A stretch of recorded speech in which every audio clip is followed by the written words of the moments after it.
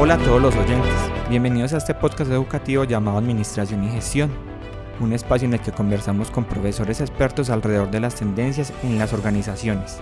Yo soy Cristian Camilo Aguirre y los estaré acompañando en este encuentro radial. Innovar para avanzar. El invitado en este encuentro es Julián Torres. Él es ingeniero industrial con maestría en gerencia de la innovación empresarial. Es docente en la Universidad de Manizales de las facultades de Ciencias Contables, Económicas y Administrativas y de la de Ciencias e Ingeniería. Estás escuchando Administración y Gestión, un podcast educativo de la Universidad de Manizales. En este capítulo nos encontramos con el profesor Julián Torres, quien nos estará hablando del concepto de innovación. Profesor, ¿cómo se encuentra? Hola, ¿cómo están? La verdad muy bien, muchas gracias por la invitación al espacio y la idea es pues, que conversemos sobre este concepto que es súper apasionante y muy de moda, digamos, en las empresas. Hoy en día todas las empresas hablan de innovación, pero no muchas de ellas saben realmente en qué se están metiendo y cuál es el reto detrás de la implementación de la innovación en las empresas. Profe Julián, pues entremos en materia de una vez y vamos a comenzar con dos preguntas. ¿Qué es la innovación y cómo ha sido la evolución del concepto en los últimos años? Digamos que hay muchas variantes sobre la definición de qué es innovación. La que está mayormente aceptada hoy es entenderla como mejoras en el proceso, producto, servicio, a nivel de mercadeo, a nivel logístico o algo totalmente nuevo. Digamos que existen múltiples caminos para llegar a la innovación. Antes las empresas hablaban de mejoramiento continuo, hoy hablan de innovación incremental. Entonces básicamente lo que buscamos cuando hablamos de innovación es generar cambios en la organización, ya sea mejorando lo que tenemos o creando cosas totalmente nuevas que fundamenten el futuro del negocio. En cuanto a desde cuándo se habla de innovación, yo creo que en diferentes etapas de la historia se ha hecho innovación, posiblemente no se ha llamado de esta forma, pero teóricamente podemos hablar desde que más o menos desde 1935 se empezó a formalizar ya a nivel organizacional como empresa lo que era la innovación y desde ahí se ha venido trabajando hasta lo que tenemos hoy en día. Hoy múltiples empresas a nivel mundial y principalmente en el caso de Colombia y de Manizales, están empezando a trabajar modelos de innovación muy completos y se están montando en este reto que realmente tiene resultados muy interesantes, pero que también tiene muchos retos, que posiblemente pues ahorita entraremos en detalle sobre ellos. Profesor, usted ahí tocaba el caso de Colombia y de Manizales específicamente, y pues si bien como que mucha gente se está montando al bus de la innovación, todavía hay mucho gerente que sigue como con ese modelo tradicional y que como que dejan la innovación a un lado. De pronto, ¿cómo llegarle a este tipo de gerentes? Yo creo que no hay gerente al cual no le gusten los resultados positivos. Una forma de vender la innovación es como un camino hacia llegar a nuevos y mejores resultados. Efectivamente, estamos en una sociedad que es muy tradicionalista en múltiples sentidos. La empresa no es ajena a esto. De hecho, muchas de las grandes empresas de nuestra región están aún en cabeza de familias. Y esto no tiene nada malo que sean empresas, pero digamos que conservan ese sentido tradicionalista de el siempre lo hemos hecho así, siempre nos ha funcionado de esta forma, ¿para qué cambiar? Y resulta que hay múltiples ejemplos que demuestran que cuando uno no se actualiza, cuando uno no moderniza su modelo de negocio, sus servicios, sus productos, sus procesos, las empresas tienden a desaparecer. Entonces yo creo que una muy buena forma de llegar a este tipo de personas es a través de los resultados. La innovación está demostrada que es un proceso que trae resultados positivos a las empresas siempre y cuando se gestione correctamente. Y dentro de esa gestión, uno de los puntos clave es toda la gestión del cambio.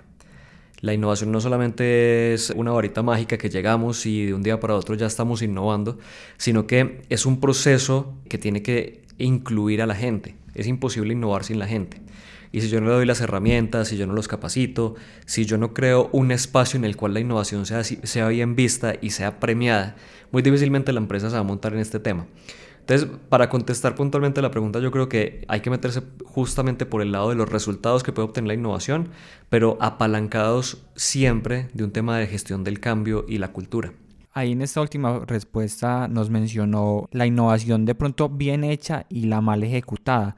Me gustaría que me pusiera como ejemplos concretos de cuándo hay una innovación, por así decirlo, bien ejecutada o mal ejecutada. Más allá de ejemplos, lo pongo en situación. Digamos que la innovación se entiende como un proceso, a pesar de que digamos no tiene una fórmula mágica, pues sí, yo sí puedo decir, tengo un proceso de innovación, tengo un modelo y sigo unos pasos. y entiendo que los resultados pueden ser múltiples. ¿Cuáles pueden ser los resultados? Puedo tener un producto exitoso, puedo tener un producto no tan exitoso o puedo fracasar. El fracaso lo tenemos que entender como parte del proceso. Muchas veces cuando aceleramos los procesos de innovación y no le damos los tiempos y no tenemos paciencia, es cuando llegamos a puntos en los cuales las cosas simplemente no funcionan y las empresas dicen la innovación no sirve. Volvemos a lo tradicional y tenemos que entender es que hay que darle tiempo, que la innovación es un proceso del día a día, no solamente de esfuerzos temporales, y que adicionalmente está la opción de fracasar. Debemos entender en estas oportunidades el fracaso como un mecanismo de aprendizaje para aprender a cómo no hacer las cosas a futuro, más que como una cosa negativa. Y es lo que hacen las empresas, tan pronto fracasan y automáticamente están, digamos, desvirtuando el proceso que se llevaba y empiezan a buscar otros temas que tengan resultados, digamos, mucho más inmediatos. Entonces yo creo que hablar de buena o mala innovación, yo no lo haría tan así, hablaría más desde el proceso y desde la madurez organizacional para aceptar los resultados. Profe, usted ahí mencionaba el miedo al fracaso y se puede leer en muchos informes acerca del tema que eso es como una de las principales causas de que los empresarios, de que los gerentes de esa vieja data eviten innovar. ¿Cómo transmitirles el mensaje de que el miedo como que es un paso? Nuevamente volvemos a un tema netamente de gestión del cambio y de gestión de cultura. Movilizar cultura al interior de las organizaciones no es fácil porque estamos cambiando la forma en la cual piensa y actúa la gente. Entonces son procesos muy lentos en los cuales hay que tener paciencia, entender que los resultados vienen a largo plazo. Yo creo que una forma clave de entender que el fracaso es parte del proceso es a través de casos de éxito. Muchos de los grandes emprendedores a nivel mundial se han quebrado, pero no se quedan con ese fracaso, sino que siguen más allá y aprenden de esos errores. Digamos que no nos podemos quedar en listo, fracasamos, no lo volvemos a intentar. Hace poco Elon Musk, que tal vez es uno de los emprendedores más duros en este momento, tuvo un error garrafal al momento de lanzar uno de sus productos, la Cybertruck, que cuando probó una de las tecnologías que supuestamente solamente ellos habían desarrollado, la tecnología no funcionó. ¿Qué pasó? No se quedó con el problema y no lo siguió intentando, sino que aprendió de esa situación y miró qué podía hacer hacia adelante. Hay otro caso en el cual uno de sus cohetes que están yendo al espacio explotó en el aterrizaje y él dijo, la misión fue un completo éxito. ¿Por qué? Porque todo lo que ellos buscaban en esa misión se logró a pesar de que terminó en la explosión del cohete.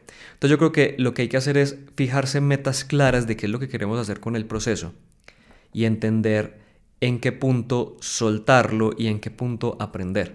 Porque también algo que solemos hacer como personas, ya no como empresarios, sino como personas, es que nos enamoramos de una solución y no la soltamos. Entonces debemos aprender a enamorarnos más del problema que de la solución. Porque cuando nos enamoramos de la solución no la queremos soltar. Así sepamos que eso va a fracasar. Cuando entendemos que lo importante es el problema, entendemos que si esta solución no funciona, posiblemente vendrá otra. Y seguimos y aprendemos de lo que no funcionó. Entonces yo creo que es un tema de aprendizaje colectivo, que no es fácil realizarlo, pero tampoco es imposible en las empresas. Yo creo que cuando se inician procesos de innovación en las empresas, un mensaje claro que hay que decir a la gente es, si usted fracasa, no hay problema, nosotros entendemos que es un resultado posible. Pero las empresas hoy son muy orientadas a resultados y muchas veces no toleran el fracaso como un resultado posible. Entonces yo creo que es un tema de aprendizaje organizacional, de aprendizaje colectivo y que debe venir desde la dirección hasta los puestos más bajos de la empresa. Un error común, aunque admito que no sé si se puede considerar un error, es relacionar la palabra innovación y creatividad. ¿Qué tan convincente es esta relación? Si hay relación o son conceptos totalmente diferentes. Bueno, digamos que hay relación, sí, pero curiosamente siempre que le pregunto a algún grupo de personas que me definan creatividad o que me definan innovación, las juntan y las mezclan, de hecho. Cuando yo pregunto qué es creatividad, me dicen es inventar, es crear algo nuevo, es innovar. Y resulta que si bien están relacionadas, no son lo mismo. Debemos entender que la innovación, para llegar a ser innovación, debemos pasar principalmente por 3 etapas. La primera es la creatividad, en la cual yo tengo una idea. Y esa idea está relacionada con un contexto, con un conocimiento previo que yo tengo, con unas emociones que me conectan con el problema, y eso me permite dar las ideas. Una vez yo tengo una idea, lo que debo hacer es materializarla, porque a nadie, absolutamente a nadie, le pagan simplemente por tener ideas. Si fuese así, nos quedaríamos en la casa teniendo ideas y nos pagarían. A la gente le pagan por ir a la acción, porque esas ideas que está teniendo las vuelva realidad, las vuelva un servicio, las vuelva un producto, las vuelva un proceso. Y para poder hacer eso, debemos tener en cuenta la tecnología existente que nos permite volver todos esos pensamientos algo concreto. Una vez estamos ahí, ya podemos ir al mercado y decirle, venga, tuve esta idea para resolver su necesidad puntual, inventé esto, ¿le sirve para resolver esa necesidad, sí o no? Y una vez el mercado nos dice, esa es la solución que yo necesito y me compra, es que encuentro la innovación. Entonces ahí tenemos tres etapas muy claras. La primera es la creatividad que está ligada a las ideas, la segunda es la invención que está ligada a la ciencia, a la tecnología disponible, y la última es la innovación que está ligada al mercado. Todo esto que estamos hablando, llevarlo al mercado. Por ejemplo, uno de los principales temas que nos cuesta a nivel organizacional, a nivel personal, es creernos el cuento de que somos creativos. Y muchas veces, seguramente muchas de las personas que están escuchando dirán, yo no soy creativo. Y resulta que es que posiblemente no somos creativos en un entorno determinado. Eso no quiere decir que en otros entornos no podamos serlos. Hay personas que son buenas para las artes, hay otros que son buenos para los números, y son diferentes tipos de inteligencia y de creatividad.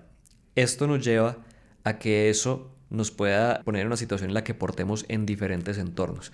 Entonces yo creo que es importante diferenciarlos, pero nunca desligarlos. Porque si yo no tengo una idea detrás de una innovación, posiblemente nunca va a llegar a un resultado positivo en el mercado. Pero pues sí es importante como hacer la delimitación entre qué es creatividad, qué es invención y qué es innovación. Desde las organizaciones, ¿qué se puede hacer para que despierten esa creatividad que puede llevar a la innovación dentro del personal? Digamos que hay múltiples frentes de acción ahí. Por un lado está el tema cultural. Muchos de los temas que nos prohíben, nos limitan la actividad de la creatividad, son barreras que se van creando a lo largo del tiempo. Cuando un niño chiquito que empieza a preguntar por qué, y hasta algún punto le dicen no pregunte más, le están diciendo no pregunte que no es bueno. Y eso pasa a nivel organizacional también. El día que nos equivocamos y nos llamaron y nos regañaron, nos amenazaron con despedirnos. Entonces, sin quererlo, la empresa genera muchas barreras y muchos miedos por estilos de liderazgo, por estilos organizacionales, que la gente va entendiendo que muchas veces es mejor no participar porque es como una zona segura.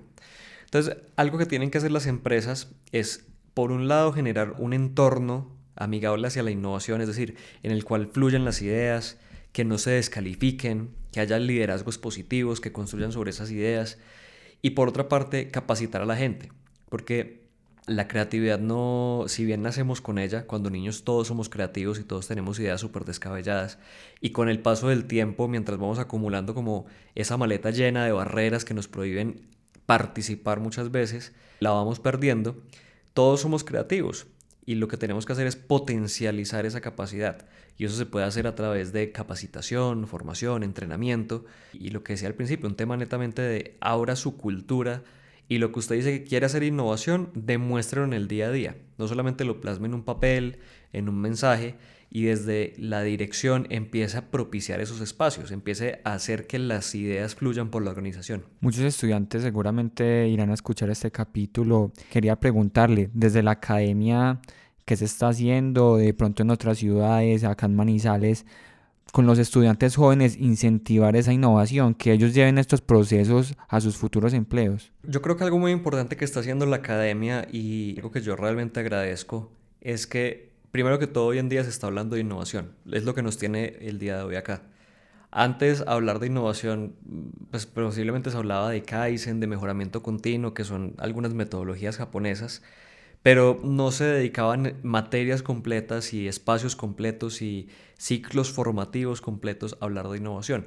Hoy ya se está haciendo y yo creo que principalmente en el caso de nuestra universidad se está haciendo un trabajo muy serio desde la facultad en el cual se está creando un entorno hacia el emprendimiento. Tenemos un nuevo pensum en la carrera de administración que tiene un componente de emprendimiento muy fuerte.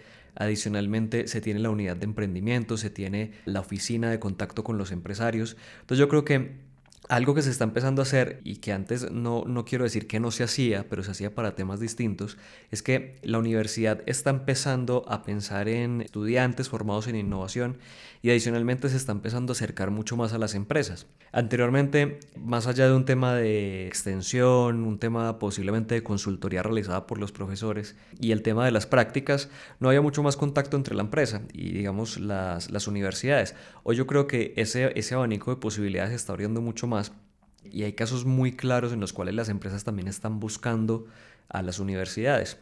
Existen ejemplos acá en Manizales, por ejemplo, convocatorias de innovación abierta que realizan algunas empresas en las cuales van y tocan las puertas de las universidades y dicen, venga, tengo estos problemas, quiero que sus estudiantes me ayuden a resolverlo.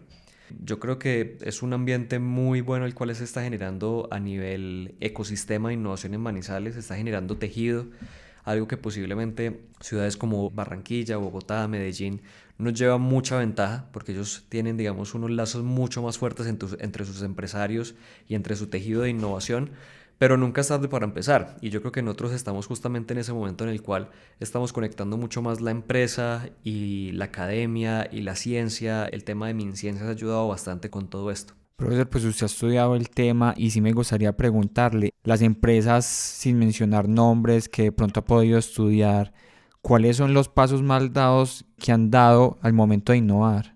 Yo creo que uno de los peores errores que puede cometer una empresa es querer resultados inmediatos. Cuando una empresa se mete en el tema de la innovación y quiere que los resultados se le den al otro día, va a generar frustración. Porque actualmente, digamos, estoy en un proyecto de una implementación de un modelo de innovación. Ellos ya trabajando antes de mi ingreso más o menos un año y nos falta más o menos otro año para poder terminar de implementar un modelo y que pueda funcionar con naturalidad. Entonces, cuando yo no le doy un tiempo a la innovación a que incube dentro de la organización, a que como que se le meta en la cabeza a la gente y la gente entienda qué es y cómo participa y qué retribución tiene por participar, yo creo que eso puede ser uno de los principales errores junto con el tema de ser equipos muy cerrados para que innoven. Uno de los factores clave para que se genere innovación y esta vaya incrementando dentro de la organización es que todos participen. Yo no lo puedo dejar cerrado a áreas o equipos de investigación y desarrollo porque pues van a pensar siempre lo mismo las mismas cabezas. Yo tengo que tratar de abrir siempre el abanico lo más posible. De hecho, hay empresas acá en Manizales que ya están empezando a trabajar no solamente de puertas para adentro, sino de puertas para afuera. Invitan a sus aliados, invitan a la universidad, invitan hasta a sus propios clientes a que se sumen a su proceso de innovación. Y tercero, yo creo que creer de que la innovación no necesita recursos económicos y se puede innovar simplemente por inercia es difícil. Cuando hablamos de que necesitamos personal, que necesitamos prototipar, que necesitamos probar cosas en el mercado, son cosas que obviamente cuestan y tampoco puedes dejar de lado que hay un tema de propiedad intelectual que muchas veces también es costoso. Entonces, yo creo que esos pueden ser tres de los principales errores que pueden cometer un empresario a la hora de montarse en este tema, que no son fatales, pero si no se saben gestionar correctamente, posiblemente sea un tema que no lleve a que la innovación dé buenos resultados o que simplemente el proyecto fracase y no se pueda implementar la innovación. Usted decía ahí en esta respuesta que innovar requiere recursos. ¿Cómo hacerle entender al microempresario, al propietario de la mediana empresa, de la pequeña, que él también puede innovar y que esto no es solamente un concepto que implique las grandes empresas? Yo creo que una forma clave de que los microempresarios, que en nuestro tejido empresarial son un gran porcentaje, entiendan que la innovación es importante es mostrándoles la importancia de generar una actualización en su modelo de negocio, una agilidad en sus procesos, nuevos productos, servicios, que yo creo que va muy de la mano del tema de la consultoría y la formación. También hay que llevarles el mensaje claro de entendemos que posiblemente para usted determinada inversión es mucha plata, mientras que para una empresa grande no significa mucho, pero también tenemos un ecosistema que está para apoyar a los empresarios. En el caso nuestro tenemos las universidades, tenemos la Cámara de Comercio, tenemos Neurocity, tenemos el SENA. Hay muchas formas de, digamos, como se dice, levantar capital para poder innovar. De hecho, hoy en día hay muchas empresas que gracias a participar en proyectos de MinCiencias están teniendo recursos. conozco un caso de una empresa que hace poco obtuvo más o menos unos 1.500 millones de pesos para que implementara un modelo de innovación. Y eso es vía deducción de impuestos, pero pues es plata que igual la empresa iba a tener que pagar y ya digamos que la puede destinar para otros fines. Entonces yo creo que un mensaje claro para ellos es: empiecen a pensar en grande desde que sean pequeños, porque si no abren la mente y empiezan a pensar como grandes, siempre van a ser pequeños. Y adicionalmente, no le tengan miedo a invertir, no le tengan miedo a tocar puertas, no le tengan miedo a compartir el conocimiento, que muchas veces es algo que nos da mucho temor cuando hablamos de innovaciones, no contar nuestras ideas porque nos las van a robar. Y resulta que en la innovación, si yo no comparto, no puedo fortalecer las ideas para hacerlas más grandes y convertirlas posiblemente en un mejor negocio el día de mañana. Usted ahí en el medio de la conversación me ha ido mencionando como varios consejos, pero es importante como que recordemos a los empresarios que nos mencionó otra vez cuáles son los impactos de innovar. Es mejor hablar de los impactos de no innovar, porque hoy en día es un concepto que está tan arraigado que empresa que no innove posiblemente es la que se está quedando por fuera. Antes era un tema de el que innovaba y las empresas más innovadoras. Hoy todos tenemos que hablar de innovación, porque cuando no innovamos posiblemente empezamos a perder ventajas competitivas, y la ventaja competitiva es lo que nos mantiene en el mercado. Hay múltiples ejemplos de gigantes a nivel mundial en diferentes sectores, en la tecnología, en la farma, en alimentos, que se confiaron demasiado en su modelo de negocio, decidieron simplemente conservarlo y hacerse fuertes en lo que hacían bien, y cuando menos pensaron, pues simplemente ya su negocio no existía. Un caso como el de Kodak, que inventó la cámara fotográfica digital y fue ese mismo producto el que los terminó sacando del mercado. El de Blockbuster, que se enamoró de sus películas físicas y pensó que nunca iban a ser reemplazadas por absolutamente nada más. El de BlackBerry, que se enamoró de su teclado físico y nunca innovó, a pesar de que eran líderes y muy fuertes en algún momento. Entonces yo creo que más allá de hablar de los beneficios de innovar, que son múltiples: crecimiento del negocio, nuevos productos, fidelización del cliente, crecimiento del negocio en general, yo creo que es más costoso no innovar, porque me puede terminar sacando del mercado o me puede terminar poniendo en una posición en la cual soy tan pequeño que los demás me van a pasar por encima. Estás escuchando Administración y Gestión, un podcast educativo de la Universidad de Manizales.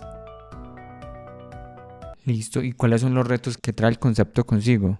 Yo creo que la innovación como tal tiene más que retos múltiples mitos. Yo creo que cuando a la gente le dicen innovación se le vienen 20.000 cosas a la cabeza, entre ellas que solamente se puede innovar a nivel de tecnología, ¿sí? Siempre que le dicen a la gente innovación, se imagina el último televisor, el último celular, el último reloj inteligente, el último carro que se maneja solo, y deja una cantidad de cosas por fuera. También se habla mucho de que la innovación simplemente llega en un momento determinado y me visita. Muchas veces la innovación, la creatividad se representan con un bombillito encendido y que se enciende de la nada. Y resulta que detrás de eso hay un proceso y una estructura que yo tengo que seguir. Y a pesar de que ese momento de iluminación puede llegar, pues yo tengo que tener una preparación previa pues para poder generar ese momento. No es simplemente que estoy sentado y me llegó la solución a todos los problemas.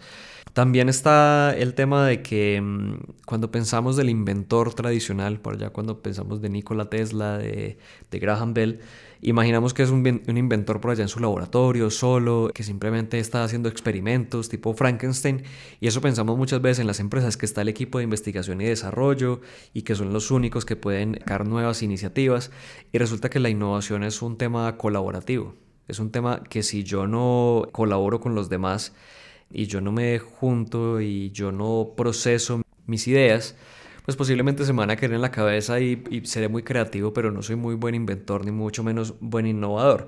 Entonces, digamos que hay más retos ahí detrás, tal vez los principales sean esos, y yo creo que todos de desmitificar un poco la innovación, entender que es un proceso que puede fracasar, que puede tener buenos resultados y un tema al que hay que trabajarle mucho, porque también hay gente que cree que la innovación llega y es un proceso fácil y que nos reunimos en un solo día y hay empresas que hacen jornadas de días completos de innovación y ya quieren resolver todos los problemas, y resulta que detrás de esas jornadas es solamente la punta del iceberg y detrás de eso pues tendrá que haber mucho trabajo.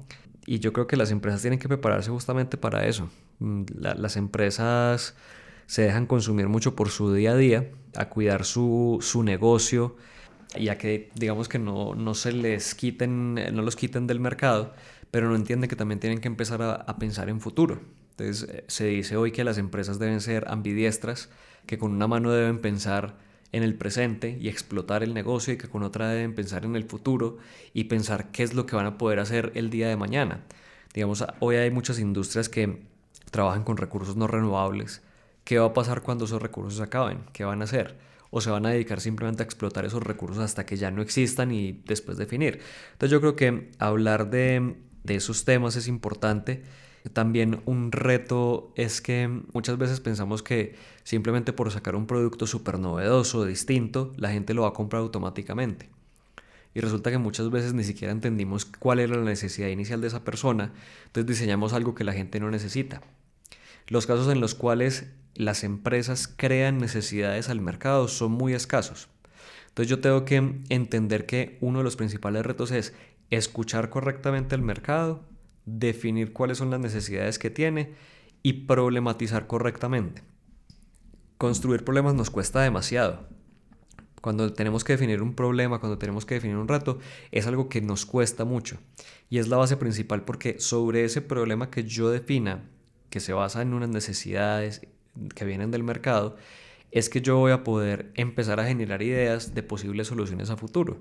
Si yo defino mal el problema, pues simplemente voy a estar dando ideas sobre algo que realmente no es un problema posiblemente. Y el mercado no perdona. Digamos, tenemos ahorita casos de tecnologías muy novedosas, muy raras, que las empresas simplemente desarrollaron porque pensaron que era lo que el mercado quería y estaban acostumbradas que todo lo que mandaban de la industria tecnológica nosotros lo recibíamos correctamente. Y hay un caso muy emblemático hoy en día que es el de los celulares flexibles. Algo que uno dice súper novedoso, que una pantalla de vidrio se pueda doblar y resulta que es algo que no ha funcionado en el mercado. ¿Por qué? Porque la tecnología no está bien desarrollada, porque los costos son demasiado altos, porque no se cumplen con los principios de deseabilidad, viabilidad y factibilidad, o porque simplemente el mercado no quiere un celular que se doble, sino otra cosa totalmente distinta. Entonces yo creo que hay muchos retos y muchos mitos detrás de la innovación. Yo creo que lo principal que uno puede decir acá es olvidarnos de que esto es una varita mágica y entender que es un proceso que parte de la necesidad y termina con una solución y que en el medio hay una cantidad de procesos adicionales. Ya mencionamos en este capítulo que Colombia es un país de pequeñas empresas, pero como que también agregar que Colombia es un país agrícola. Y usted sabe que este campo es uno como de los más temerosos a ese tema de la innovación. ¿Cómo llegarle a ese agricultor para que implemente procesos de innovación y así pueda aumentar su productividad? Esto es algo que ya se está haciendo hoy en día. Ya hay institutos dedicados 100% a la innovación en el campo agrícola. Cerca de nuestro, acá a unos pocos kilómetros, está el caso de Cenicafé, que se dedican a investigar en temas de café y a generar nuevas variedades y a crear productos mucho mejores de lo que estamos acostumbrados. Y yo creo que un mensaje claro que hay que llevarle a este tipo de personas es: entendemos que siempre se ha hecho las cosechas y sus productos de cierta forma, pero queremos es ayudarle a que pueda ser más productivo, manteniendo una calidad de producto. Muchas veces cuando se empieza a tecnificar, la gente siente que se va a sacrificar la calidad del producto y que simplemente queremos ser más productivos. Y yo creo que las dos cosas pueden convivir. Yo puedo ser productivo pero sin sacrificar calidad de producto. Y más hoy en día cuando estamos hablando de que todo el agro pues está sufriendo un encarecimiento en todos sus productos, en los insumos, en las maquinarias. Entonces yo creo que es un excelente momento para decir, venga, sentémonos a pensar cómo hacemos diferente las cosas, cómo aprovechamos esta situación para poder sacar variedades más fuertes, que puedan cultivarse en diferentes, digamos, niveles térmicos. Es mostrarles que hay una oportunidad detrás y que no les estamos poniendo en ningún momento en riesgo lo que ellos son como agricultores, sino que es una ayuda. Y como digo, pues obviamente ya existe mucha gente que está trabajando en este tema, de investigar en temas de semillas, en temas de sistemas de cultivos, en temas de variedades mucho más fuertes. Y yo creo que es un tema en el cual se puede aplicar perfectamente la innovación. Solamente hay que saber llegar a ese cliente que lo llamo así porque pues a la final es quien me está pidiendo una solución para que pueda, digamos, tener una mejor producción, un mejor producto y pueda llegar al mercado de una mejor forma. Tradición e innovación son dos conceptos que pueden ir de la mano, profesor. Yo considero que sí. Yo la verdad no los pondría a pelear entre sí porque la tradición me sienta las bases para la innovación. Si yo no tengo una tradición, si yo no conozco cómo hacer las cosas, cómo lo he hecho siempre, pues no voy a poder mejorar un proceso o no voy a saber qué no funciona para sacar algo totalmente nuevo. Entonces yo creo que tienen que ir de la mano y eso tal vez uno de los retos grandes de entender que cuando hablamos de innovación no es llego a cambiar absolutamente todo, sino que tienen que convivir las dos cosas. La innovación llega a mejorar la tradición y yo creo que eso es un mensaje que se puede dejar acá muy claro, porque también yo creo que ahorita que hablábamos de esos gerentes tradicionales, yo creo que también ellos muchas veces sienten que cuando le hablamos de innovación es que vamos a llegar a cambiar todo su negocio y eso no se puede hacer. Los negocios no se cambian de la noche a la mañana ni tenemos por qué hacerlo. Si algo funciona correctamente, lo que queremos es fortalecerlo y hacer que siga siendo ese negocio exitoso mucho más tiempo. Entonces yo creo que perfectamente conviven y van de la mano y que los empresarios tienen que aprender a trabajar con las dos. No olvidarse de su tradición, pero aprender que también se puede mejorar para poder fortalecerse a futuro. En las librerías pues son infaltables hoy en día las lecciones de innovación, de creatividad. Profe, ¿se arriesga a recomendarnos algunos libros o autores acerca de innovación? Claro que sí, más que autores yo recuerdo en este momento algunos libros, hay uno que se llama The Power of the Little Things, ese libro es editado por Harvard. Es muy interesante porque justamente habla de que en la innovación no tenemos que enloquecernos en las empresas a buscar el nuevo cohete volador, sino que simplemente concentrémonos en nuestro día a día a cómo hacer mejor las cosas, en esa innovación incremental. También hay otro muy interesante que se llama Lean Startup, que básicamente es una metodología de innovación que me va llevando del Lean Six Sigma a aplicarlo hacia la innovación, es decir, a tratar de hacer procesos ágiles, mucho más rápidos, llevar un proceso. También podría hablar de otro libro que se llama The Free Pricing Side, que me habla de cómo hago yo para comunicarme diferente con mi consumidor e innovar desde esa comunicación, desde el mercadeo. Entonces ponen un ejemplo muy claro de la última vez que compramos un cereal, posiblemente no lo hicimos por el cereal como tal, sino porque posiblemente traía un premio. Entonces, ¿cómo hacemos para crear ese premio, que puede ser un servicio, algo físico, ligado a nuestro producto para que el cliente nos escoja? Tenemos que tener en cuenta que hoy en día estamos en un mundo totalmente globalizado, todos tenemos acceso a los mismos proveedores, a los mismos productos, a los mismos diseños, a los mismos clientes, entonces tenemos que tratar de diferenciarnos de alguna forma. Esto hace que, pues obviamente, tengamos que innovar en todos los campos y no solamente a nivel de producto o servicio, que es lo más tradicional. Finalicemos este capítulo con la siguiente pregunta o las siguientes recomendaciones. Usted ya nos mencionó que no hay una varita mágica, pero sí recomiéndele a los empresarios cuál puede ser ese paso a paso que pueden aplicar para ser innovadores. Empezar. Yo creo que lo peor que uno puede hacer con la innovación es quedarse pensando las cosas.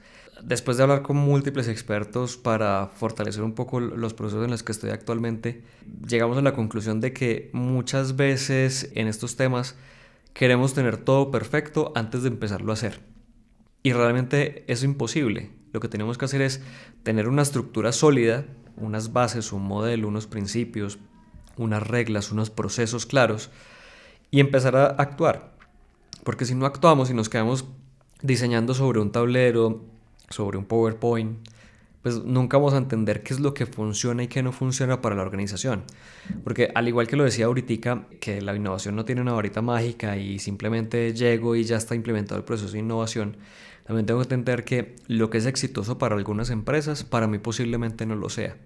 Entonces, yo tengo que tener muy claro eso y también tengo que tener muy claro que en algún momento tengo que empezar y entre más me demore en empezar, más tiempo estoy perdiendo para que la gente empiece a entender qué es el modelo, se empieza a montar en el tema y empieza a aportar en su construcción.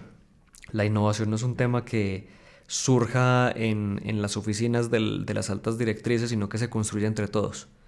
Todos deben aportar, todos deben conocer y todos deben poder opinar sobre un modelo que debe ser colaborativo y construirse, digamos, colectivamente. Bueno, pues eso fue todo en este capítulo. Muchas gracias al profesor Julián Torres por hablarnos de innovación. Gracias a ustedes por la invitación. Esto fue el podcast Administración y Gestión, un espacio que construye un camino hacia el nuevo mundo organizacional. Ahora es el momento de potenciar tus sueños, no de detenerlos. Por eso estudia en la Universidad de Manizales, acreditada en alta calidad. Ingresa a www.manizales.edu.co y conoce la oferta de especializaciones, maestrías y doctorados que tenemos